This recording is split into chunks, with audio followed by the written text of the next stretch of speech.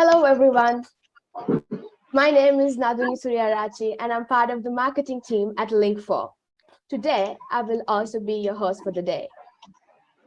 National eInvoicing Week just started today, and I'd like to warmly welcome you for joining Link4's webinar. This is our very first session for the week in support of ATO's eInvoicing Week 2022.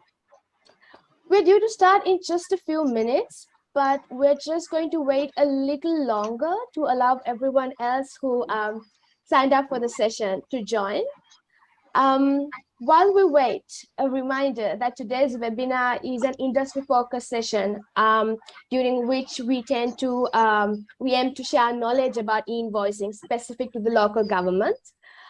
It's a session that we believe will be very beneficial for city councils as well as other local government organizations. Also, since this is a webinar, you will not be visible or heard today, but you can use the Zoom chat features to send across your questions. And it will actually be very beneficial if you do have questions. So please send them through as they come to mind, and we will tackle them at the end of the webinar. All right, I think it's time to start. Today's webinar is titled Local Government, Adapt e-invoicing, Enjoy Instant Benefits.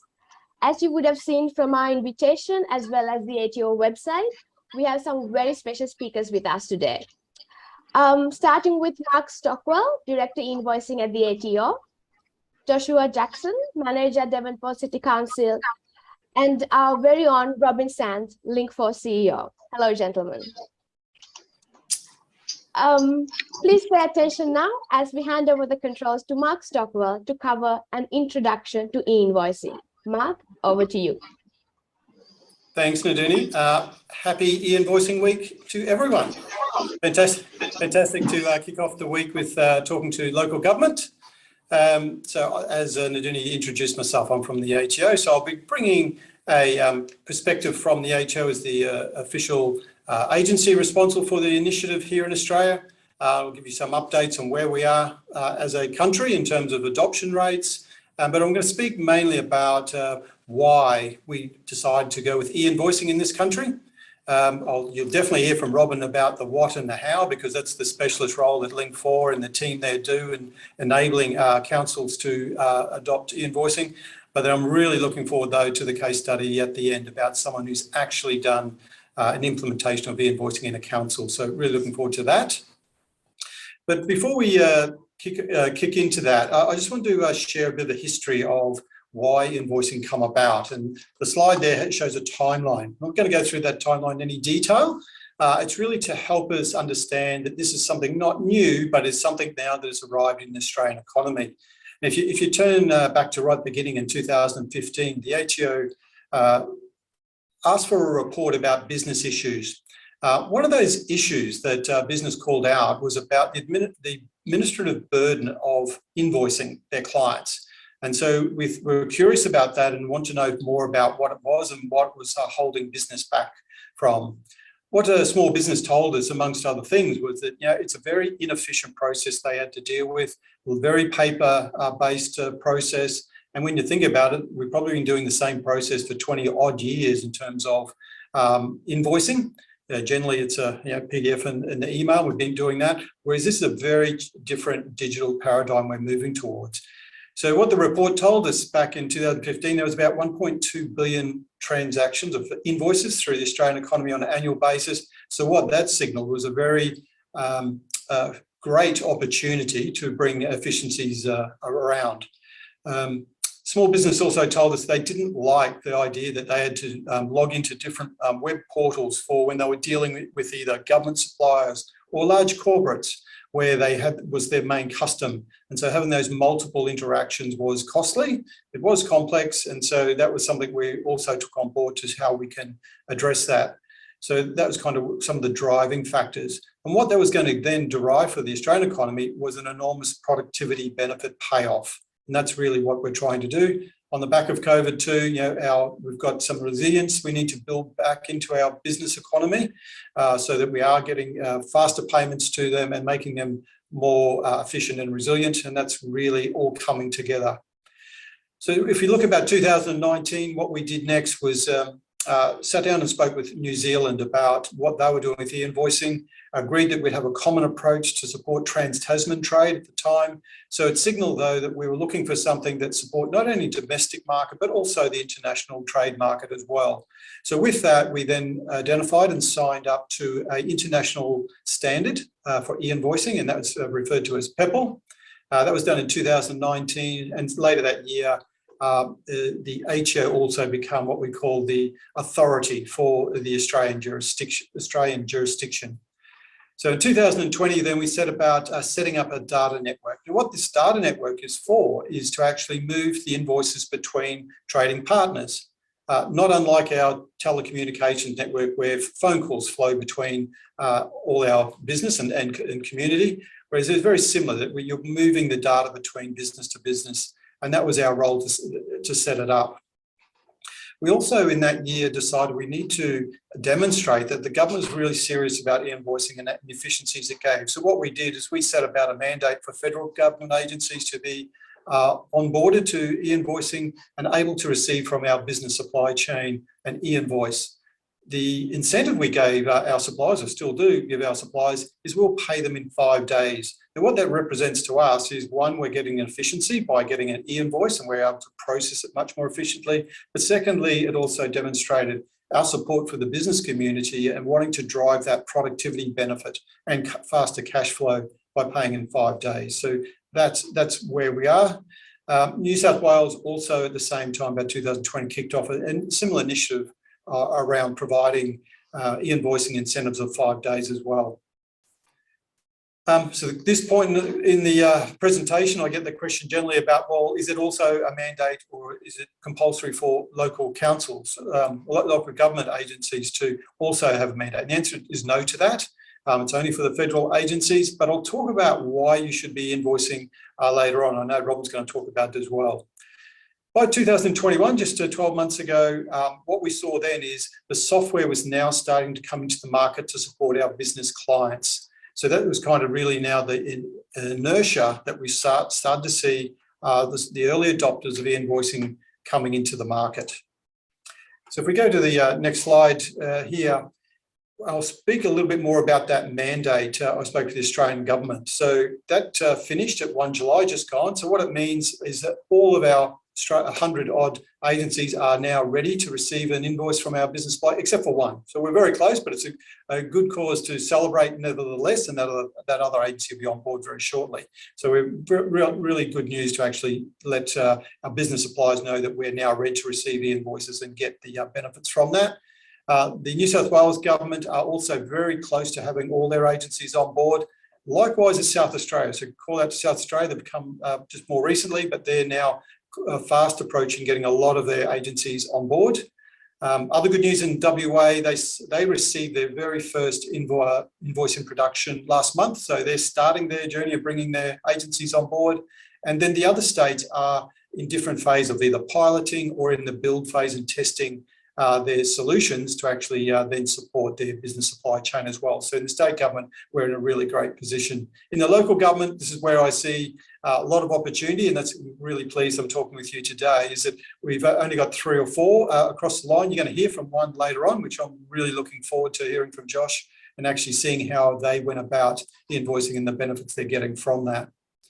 In the business sector, some other good news. So we also then focused a lot on large business or large corporates, because we knew a bit like a large council or a large government agency, there's a longer lead time to actually make the changes, be it in the IT area or in the staff or the business process change. It needs to also happen to move from a paper to a digital channel. So good news though, I can call out that people like Bunnings, I'm sure we've all heard of Bunnings, are live and actually dealing with their tradies. So it's fantastic. Woolworths, likewise, their suppliers as well. And also another local company, BOC Gas, are also providing invoices to their suppliers, to their customers, I should say, as well. So they're fantastic news. We've got large corporates on board demonstrating the benefits. And what I'm looking forward to this week through eInvoicing Week is several other announcements that have been made by large corporates where they're actually supporting their supply chain, making it more efficient and more resilient. That's great news. In the small business sector, which is in most cases for local business, probably a lot of your suppliers may reside there, is that their software is largely in place around Australia. So we just had the last few software packages come on board in July. What this means, potentially, we've got about in this country over 2 million small businesses using software. So what it means is a lot of the supply chains now are enabled for the invoicing just as simply as soon as that business registers onto the Pebble network and starts receiving or sending their invoices with their trading partners. So that's a really exciting time as I can see the project taking off. There's about 20,000, that's the figure I should quote you, about 20,000 businesses have already signed up, so it's happening quickly, and we're seeing the numbers double basically every month now, so we expect to see that even go higher on the back of eInvoicing week. Now I'll just jump to the next slide because it's going to tell another key question I get asked all the time, and that's why the ATO? What's the interest ATO has got in that? So, and there's a number of reasons why the ATO is involved in the invoicing. I spoke about that long-term relationship going back to 2015 when we were looking at business issues. But importantly, some of the reasons is that firstly, the government, when they wanted to set up this authority, they looked at the different agencies who could do that. None of them had the powers. So that we actually had to get fresh or new legislation to enable the ATO to become the Pebble authority to manage the network, that data network I spoke about. That legislation allows us to govern that the standard here in Australia, but also govern that network to make sure that the data passed in that is safe and secure for business and government to actually trade across. The ATO cannot see the data, I have to emphasise that.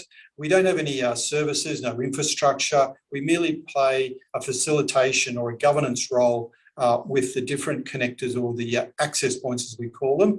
Link4 is one as an example for the local government we'll talk about shortly. So what we've had to do there is we accredit companies like Link4 to be the business connectors to that network. There's about 30 of them. We make sure that they're following the highest level of security protocols and they're a trusted company or entity that the business can rely upon when they're signing up to actually use them as their access point. And that makes the network safe, secure, reliable and resilient for the large number of invoices we expect now to flow through that.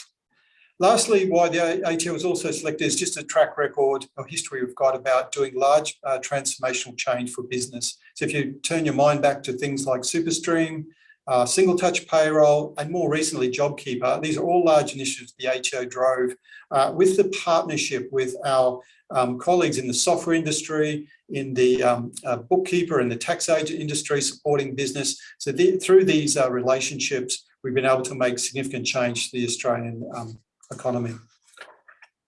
The last slide I'm going to jump to is about benefits. And why I wanted to finish on that was a nice segue to Robin, but it also is about one of those questions I was trying to answer at the beginning about why is there no mandate for local business? And part of that is because of the benefits we think are so strong for you. You don't need a mandate, hence why we don't have one. Firstly, saving time and money. It's all about efficiency. So you're getting a much more productive accounts payable or accounts receivable perhaps in your business, and actually therefore that's why you would do it at a relatively low cost of implementation.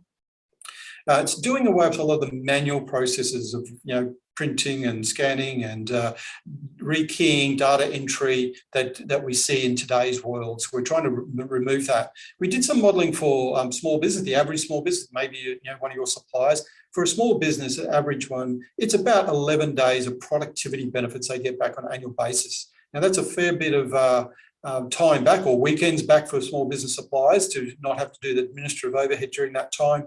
And so that's why we think it adds up in terms of value, productivity value for the Australian economy. But each business will be different, and same with the local government. Your trade-off or benefit will vary depending on the level of automation you already may have or sophistication you already have for your business. So that's why it's important to work with your provider to actually work out what's the best solution for you. The other point I'd raise is about cash flow, certainly for business. Reducing that manual process and human intervention slows things up generally. And so generally what we would expect to see is faster payments, and a bit like the ATO, the government saying, well, we're passing on the efficiency we're gaining by not paying you in 20 days. We're actually now paying you in 5 days. So we're demonstrating there is efficiency to be had. Other really solid benefit for me is about security. So what this does, removing that email out of the system, is actually you're improving your business or minimising your business organisation's risk to email fraud and scamming, because you're not actually having the email in the system. So that's a fantastic benefit. And similarly, though, also to make the system more streamlined is about using your ABN as your key identifier. So that is the key to making sure that your invoices are flowing through the network as designed. Real-time data gives you obviously better data to actually make better business decisions, and that's all the bookkeepers and tax agents will tell you that, I'm sure, but that's one of the benefits you'll see when you have the software. And lastly, the environmental factor. What we've seen is that reduction of paper, storage, printers, scanners, all these things add up in terms of cost, but also in terms of environmental waste, and we actually can be a much more cleaner country as a result.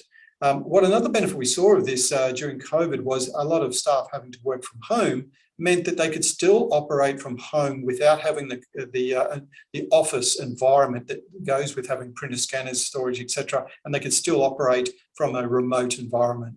So that's another consideration in your value case, that you can make your business more flexible.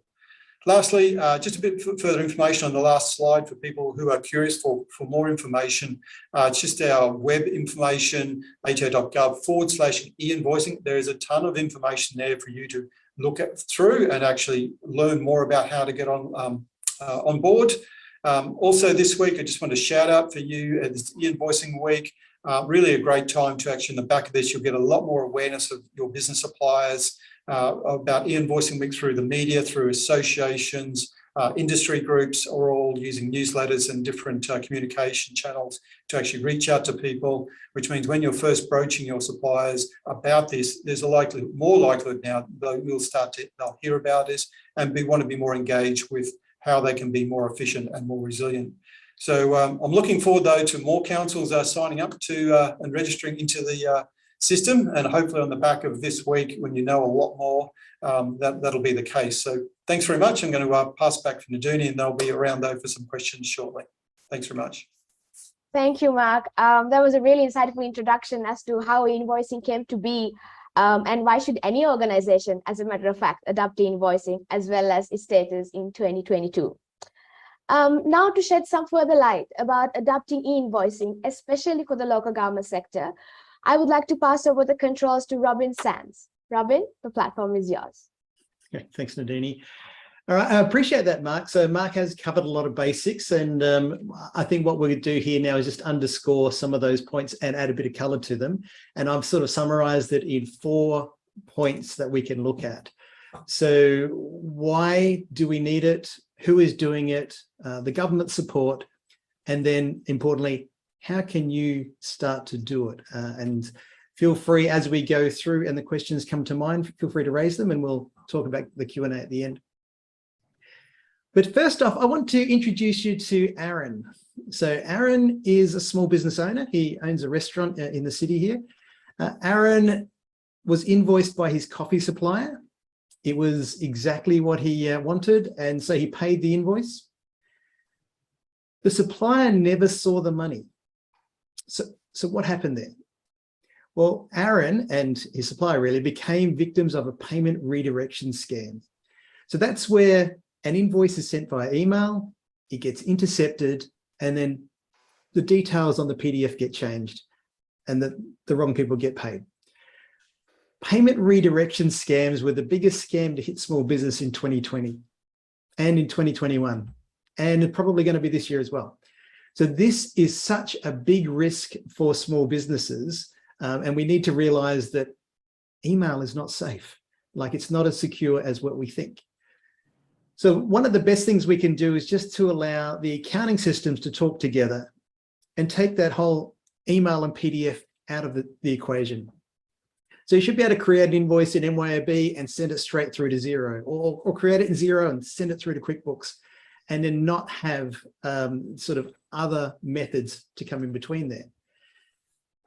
One of the questions I like to ask is, what would you say is an invoice? So if you were talking to like a teenager or a uni student and you had to explain what an invoice is, how would you explain it? And I used to say an invoice was the information on a piece of paper that talked about a transaction.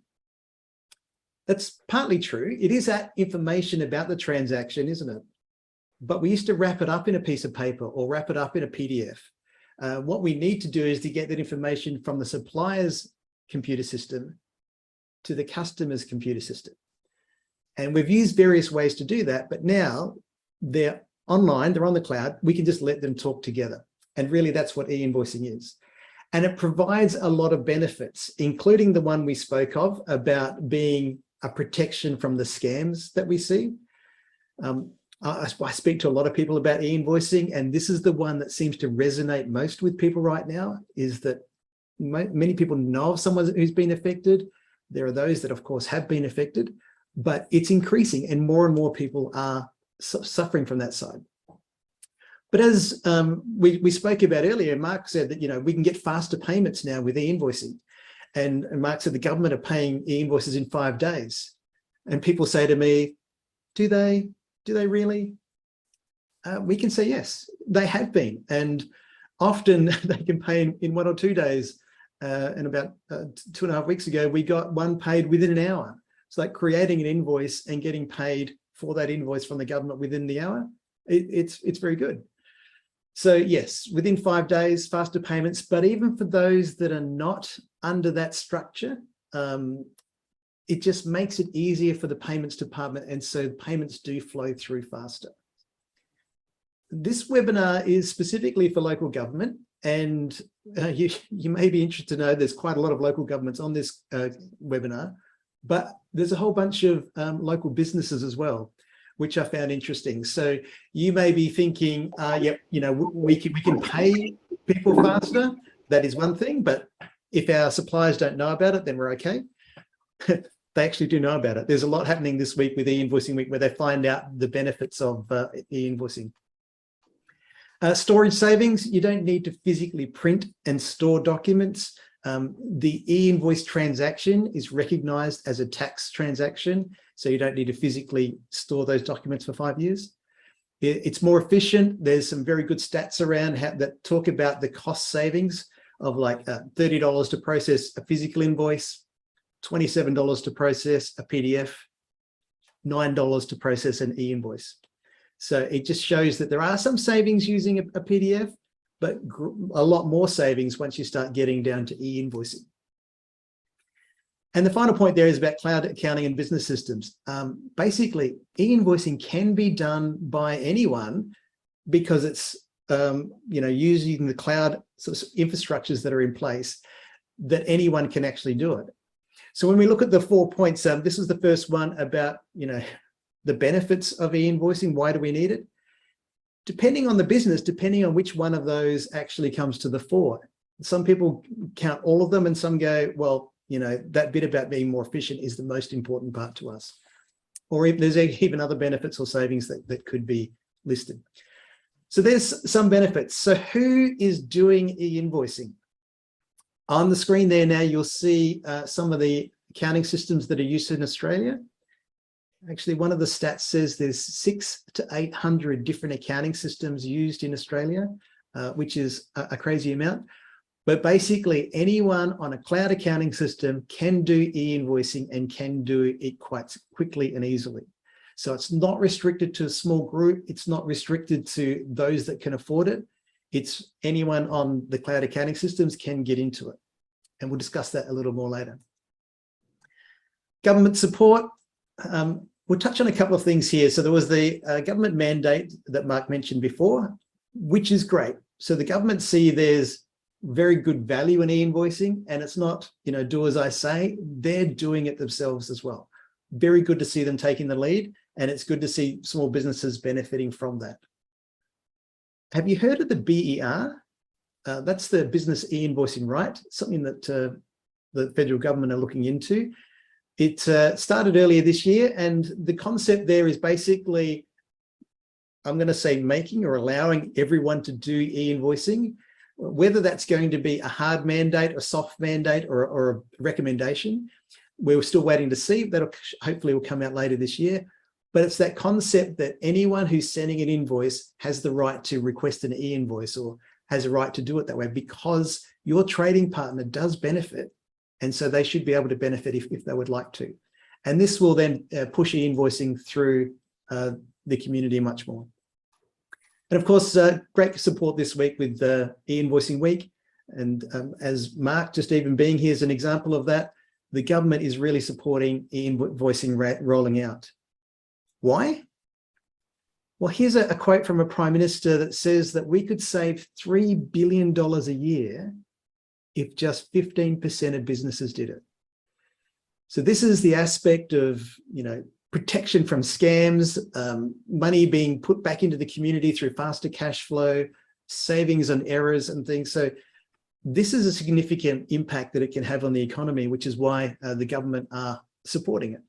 And so it's great to have that support. I'll underline the point that Mark said. The government does not see the details of the invoice. They're kind of like the umpires. They allow the invoice network to work together, but they're not seeing the data, which is good.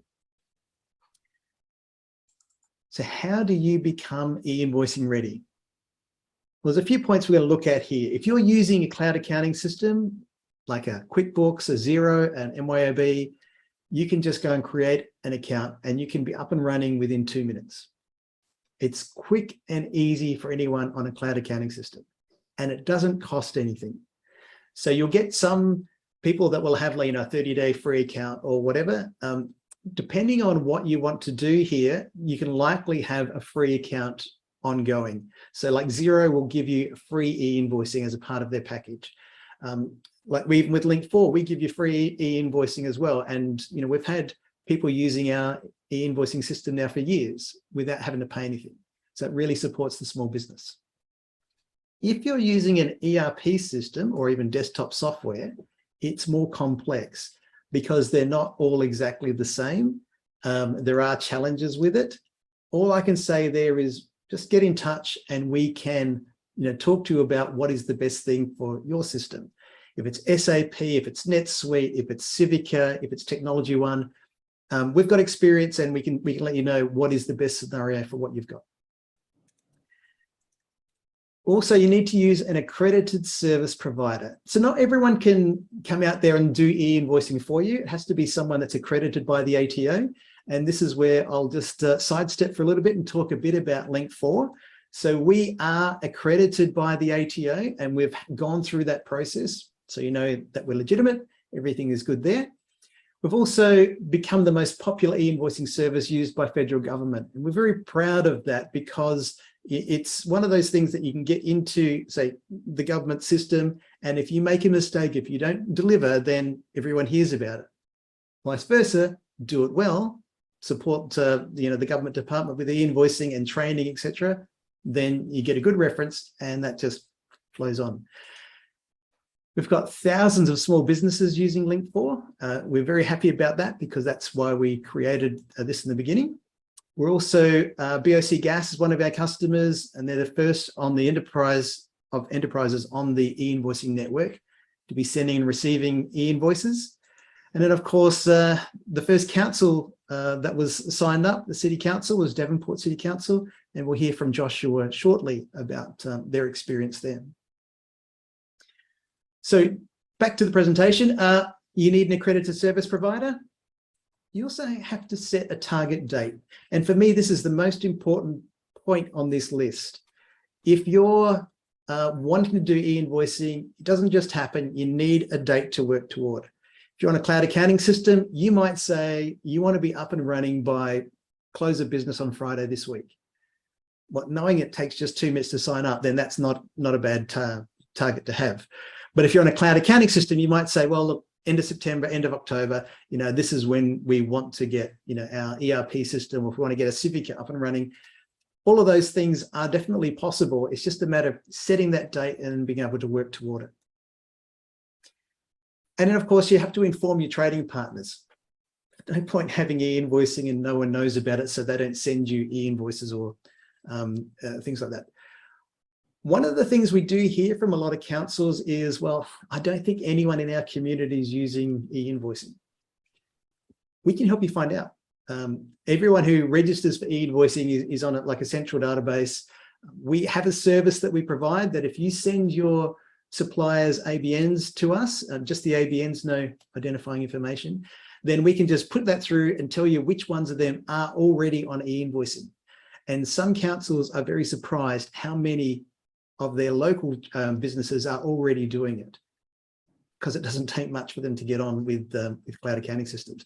But as soon as the council is on, then you can support your community a lot better, because a lot of them will be joining e-invoicing, and then they'll be protected from the scams like we spoke about with Aaron earlier. So that's the fourth point. If you want to become e-invoicing ready, I just say set a date.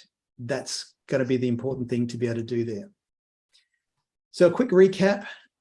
What are the benefits to it? Well, depending on who you are and how your business is affected, but reality is your community, the economy does get affected from e-invoicing in a positive way.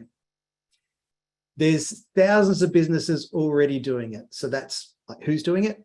There's already lots of people. And as Mark said, it's kind of doubling very quickly at the moment. And I used to get excited seeing, you know, that every day someone's signing up. Now it's like many people are signing up, and it's really getting a lot of traction right now. Great support from the government, really like e-invoicing week. And of course, if you want to get up and running, set a date. Happy to help you. We've been doing e-invoicing now since 2016. A lot of that time is around education. So we like to help educate people, no obligations. So feel free to keep in touch. And once again, if you do want to find out who's in your community who's doing e-invoicing, we're happy to run your suppliers ABNs through the process and tell you how many of them are on there. So that's all from me. Back to you, Nadine. Thank you, Robin. Quite informative. I'm sure everyone who is online with us right now learned about the top 4 things that they need to know about e-invoicing. As we are closing towards the end of the agenda today, we'd like to now pass over the controls to Joshua Jackson, who is here to share the Devonport City Council's experience with e-invoicing as one of the major councils in Australia to adopt e-invoicing. Joshua, over to you. Thank you. I'll just get the tech working. Yeah, Joshua.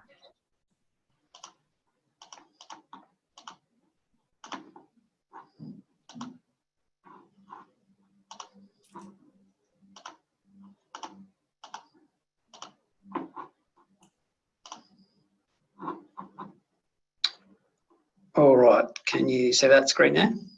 Yes, we can.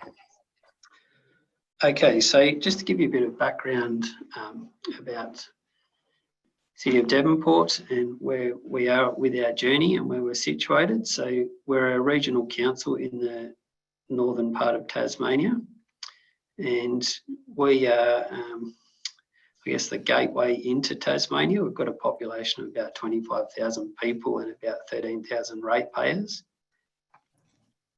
And we're known for the spirit of Tasmania and our good food and wine and the wild outdoors and holidays. So please come and visit us.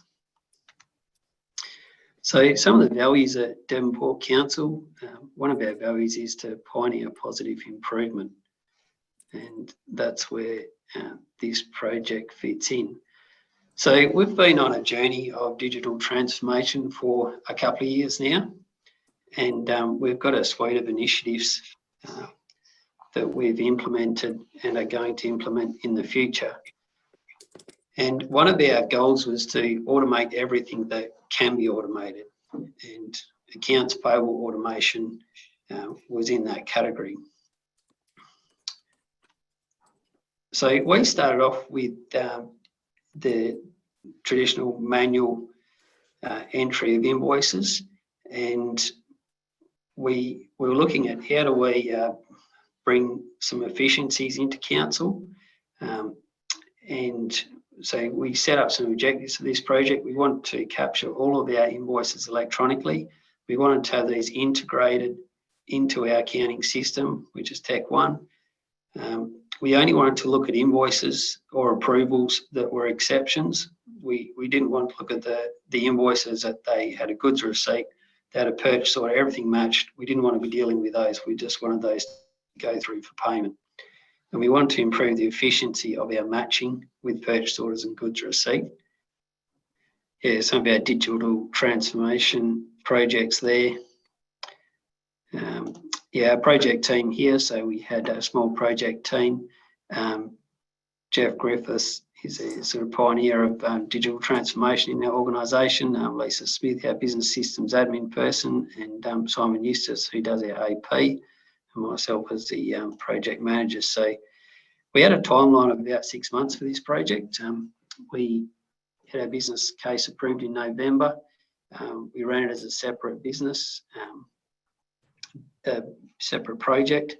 So we had our project initiation, design and set up for the configuration, user acceptance testing for a couple of months, and we went live in May. So we are at the, I guess, the initial start of this phase of PEPOL. PEPOL was a bit of a bolt-on for this project because we didn't want to have to go back and run a separate project just for PEPOL. Yeah, so as I said before, our main tech platform is Tech One, and our other partners for this project were EasyScan and Link4. So we wanted to future-proof our automation project. We wanted to be able to accept all forms of invoices coming in. So we wanted the hard copies, we wanted the PDFs that were hitting our emails, and we wanted the PEPOL invoices all to go through one pipeline into our Tech One system. So some of the financial benefits that we saw were the increased efficiency of the approval workflows, saving time on data entry, and then saving time chasing up those non-purchase order invoices, trying to get approvals and get costing on those invoices. So some of the other benefits that we can that have already been covered before: saves paper. Our AP guy Simon, he was able to work from home, which is great. And the other point that probably hasn't been touched on was that it's taking him away from doing, I guess, repetitive, fairly boring manual tasks, and giving him the opportunity to do some more higher value, more interesting work.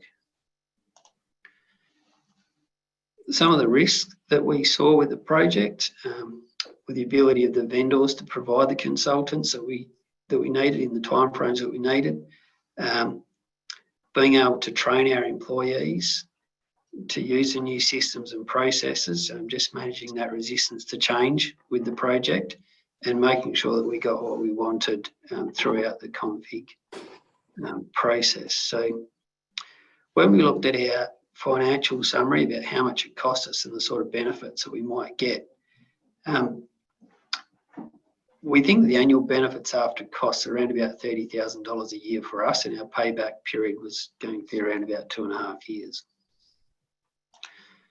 So as I mentioned before, we ran this project as a separate project and went through the different project management stages. And I think that was a good, on reflection, that was a good way to run this project instead of trying to do it off the side of our desks. We set up a separate SharePoint site to store all the project documents. We had regular meetings with our vendors and our staff to keep the project on track, on time and on budget. And just where we're at currently, so we've got our configurations and our systems working. All our invoices are coming to our system electronically. We're finding that we do experience those efficiencies with the purchase orders and goods receipts matching. And we're now at the stage where we are concentrating on onboarding our suppliers via PEPOL. And that's where we're at the moment. So can probably just hand back over to you, Robin. Right, thank you, Joshua. Let me just quickly take over for a little. First of all, thank you so much for sharing your success story at Devonport City Council. I'm sure it would have added great value to our audience today. And yes, as we come to the end of today's agenda, let's now move on to the Q&A session. Let me see what questions have come in. I will read them out one by one, and I will let our wonderful panelists decide among them who should be the best one to answer each question. All right, so starting with the very first question we got. All right, so somebody says, my company uses SAP and we are planning to start the e-invoicing project. SAP released packaged for invoicing. However, there are lots of customization and we need to do lots of customization to meet the requirements. From a business requirement perspective, how to get the specification of XML data file? Well, I can run with that one.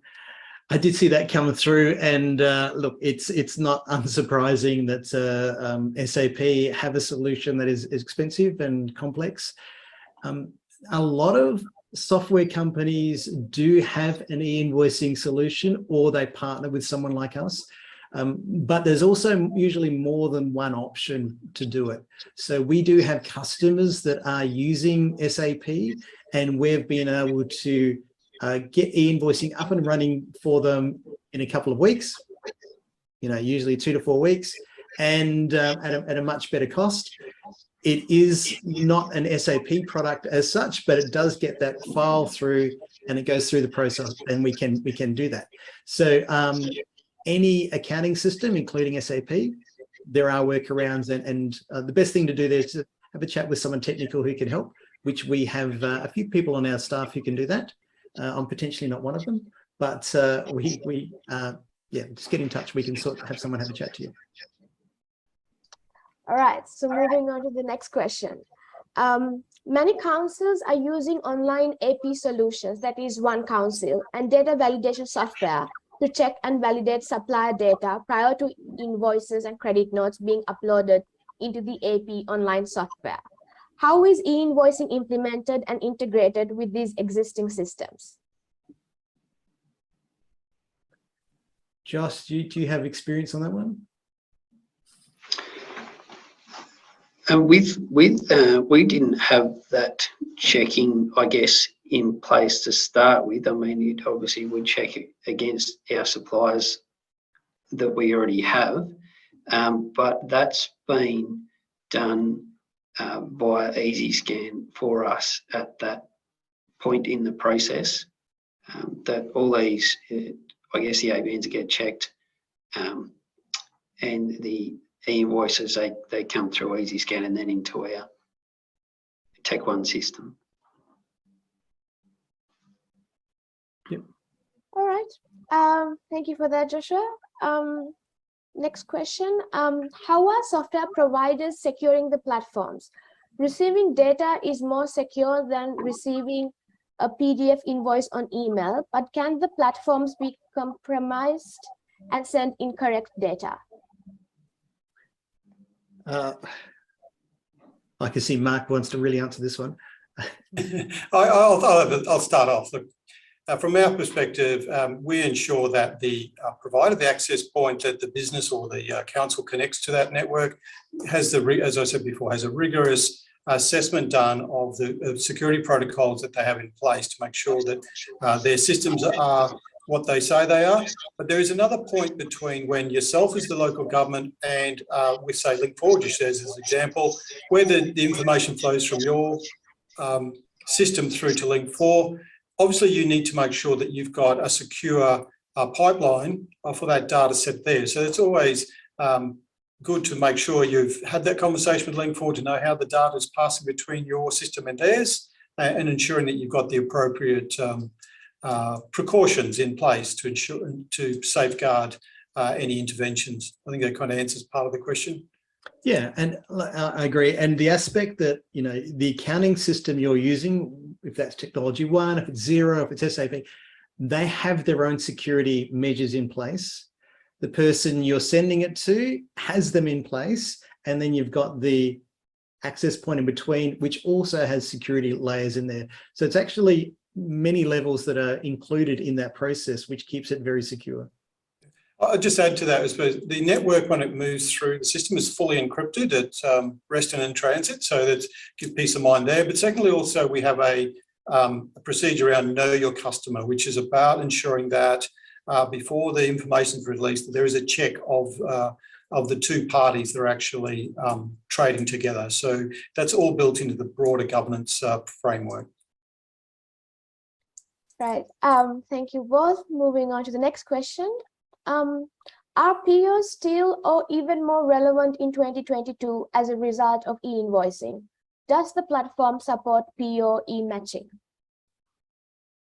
I'll start off this one, Robin, if you can. So the answer is yes. So whilst it is called e-invoicing, we've used that word to describe the process. It is a full P2P suite of documents. So it has all purchase orders, catalogues, receipt notices, etc., all built into that. So it's a matter of demand from the user as to what documents they want to use as part of their suite, part of their processing. So they're available. We haven't rolled out that into the broader Australian economy yet, but it is there ready when we see the demand for that.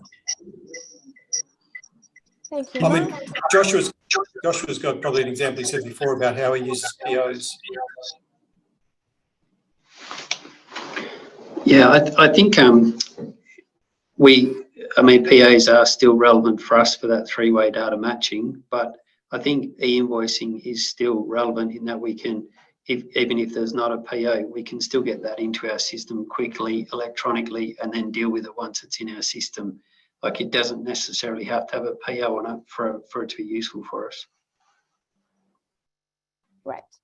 Thank you, Joshua. All right. Next question. How are software providers securing their platforms? Receiving data is more secure than receiving a PDF invoice on email. But can the platforms be compromised by hackers and fraudulent data sent? I think that was similar to the one we had before. So security is, I guess, a key issue that everyone worries about. And you know, everything can be hacked in one way or another, even a physical one being delivered to your letterbox, someone can actually intercept that. But the most secure way of sending an invoice that I've seen is e-invoicing. And there's many, I guess, smart people around the world that are looking to make this more and more secure all the time. So it can't be, from everything I've known so far, it can't be hacked. Fraudulent data can't be transmitted through. There can still be user error, typing in wrong numbers and wrong data. But apart from that, it comes through exactly as it was typed. Thank you, Robin. All right, moving on to the next question. Payments in many councils are made by matching individual invoices to one or more purchase orders and good receipts completed by various areas of the business. How can we create efficiencies and meet the 5-day timeframes when AP areas are dependent on other areas raising correct purchase orders and goods receipts? How does that process work for you, Josh? Do you think e-invoicing speeds it up? I think it does, because getting the invoices in the, I guess we'll change our process. So instead of getting an invoice through the workshop and then them costing that, and then that finally finding its way through to AP, we sort of flip that around. So we get the invoice to start with, and then we push that out. And if it doesn't have a goods receipt or a PO, or it's got a PO but it doesn't have a goods receipt, we know who's raised that PO. So we'll push that invoice out and get that person to do that goods receipt. So I think it does speed it up from that point of view. Very good. Thank you. All right, next question. How do councils determine who is the best e-invoicing provider when there are so many providers available? That is, are RFT is required, can we direct source? Which provider will be the most cost effective? How will the ATO assist with this process? I'll start, and I'm sure Robin's got a view on this. The ATO, as I said, we accredit all those access points that are in the market to make sure that they're all meeting certain standards. But we also have done for government a tender process where people put forward into a panel arrangement. So I can't remember the exact number there, but it's less than 30, obviously. It's a dozen or so who have gone through another assessment that both not only federal, they've used that panel, but also state and local can avail themselves of that panel if they want to contact us, and we can give them access to the there. So that kind of reduces the amount of phone calls they might have to have, but also I would say we always recommend you talk to your existing supplier as well in the market, so that you're talking to someone you probably know, and also you're talking to people like Robin and Link4 if they're not your provider today. Yeah, Robin, you got a view on that? Potentially. So that was one of the interesting things when we went back and were pitching for that panel. Like, we had to go through a very detailed and complex tender process, which was, in a sense, frustrating at the time, but we also knew that it was being done not just for one organisation, but it was being done for many. And so it was very detailed and complex. What I find interesting is that a lot of government departments, and especially local governments, don't know about the panel. And so they go, well, we need to do our own tender process and go through it, which is fine. And, you know, we've got all the answers in that we can put in. It does take our time, but it also takes up time on your side as well. I think the ability to capitalise on the effort that the ATO has done by going through that panel is worthwhile to tap into. So even if you come out with, you know, half a dozen providers there, you just want to get quotes from them and cross-check the quotes, it's a good thing to do. Potentially, if you're using something like Civicare or Technology One, there may only be 2 or 3 providers in the market that can actually service your needs anyway. So it's a matter of finding out who they are, and there's no need to go through a tender process with, you know, 30 different companies to find the 2 or 3 that you need to deal with. So yeah, take advantage of the pre-checking, or I guess that the ATO have done, and then just get quotes from people like us to check to see who's actually legitimate, and talk to each other. The good thing about councils, they're not competitive with each other, so they are very happy to talk together and say who is good and who is bad. I'd add to that. Also, I think I didn't touch on when I presented, but we also have a suite of templates and artefacts that we actually hand out free to government, not so much for your procurement phase, but before you get to that, when you're raising your business case to get it approved to actually go to invoicing, we've got draft business cases, we've got onboarding of supplier strategies, things like that. It kind of fast tracks your project, so you don't have to do all the paperwork. We've got that ready, so you can just, again, email us and we can send you through the access to that material at no charge. So. Thank you both. All right, so I have another set of questions. I think these ones are for Joshua. Joshua, so somebody's asking us, what is the volume of invoices per week at Devonport City Council? Our council processes on average 1,000 invoices per week. Yeah, we're a relatively much smaller council, and we are processing around about 600 invoices a month. Right. Thank you, Joshua. One more question. I just want to say on that as well that that's one of the good things about e-invoicing, that it can cover any size, a lot of transactions. And some of the businesses that use Link4 now are like one-person tradies, like a plumber or an electrician, that might only do a couple of invoices in a month, and they can use it. And then you go up to something like BOC or the Department of the Treasury that are just doing, you know, thousands of invoices. The system works just as well for anyone. Thank you both. Joshua, one more. What proportion of your project cost was to get enabled for e-invoicing? So I think it wasn't a big proportion, because the main, I guess, project cost were in the project management and configuring our own system. And because we were doing a project that looked at automating all our different sources of invoices, this was just another way of receiving the invoices for us. It wasn't the main project that we were setting up. So I think the main costs were in our own configuration of our own software and our own time that we invested into the project. Thank you. Okay, next question. Does Devonport undertake any spot checking or auditing of invoices that are received via e-invoicing and paid as unseen by AP staff? Yeah, so just to comment on, I guess AP staff do still see the payment file that goes out and gets uploaded to the bank, and then you've generally got a couple of finance staff that will run their eye down their list, and I would generally check a sample of invoices to make sure that that they've been properly authorised. So yes, we do some spot checks there. All right, another follow-up question, Joshua. Let me just read it. Many councils are already at the stage of Devonport City Council. The question relates to the next steps. What is the implementation process for moving to a PayPal e-invoicing solution?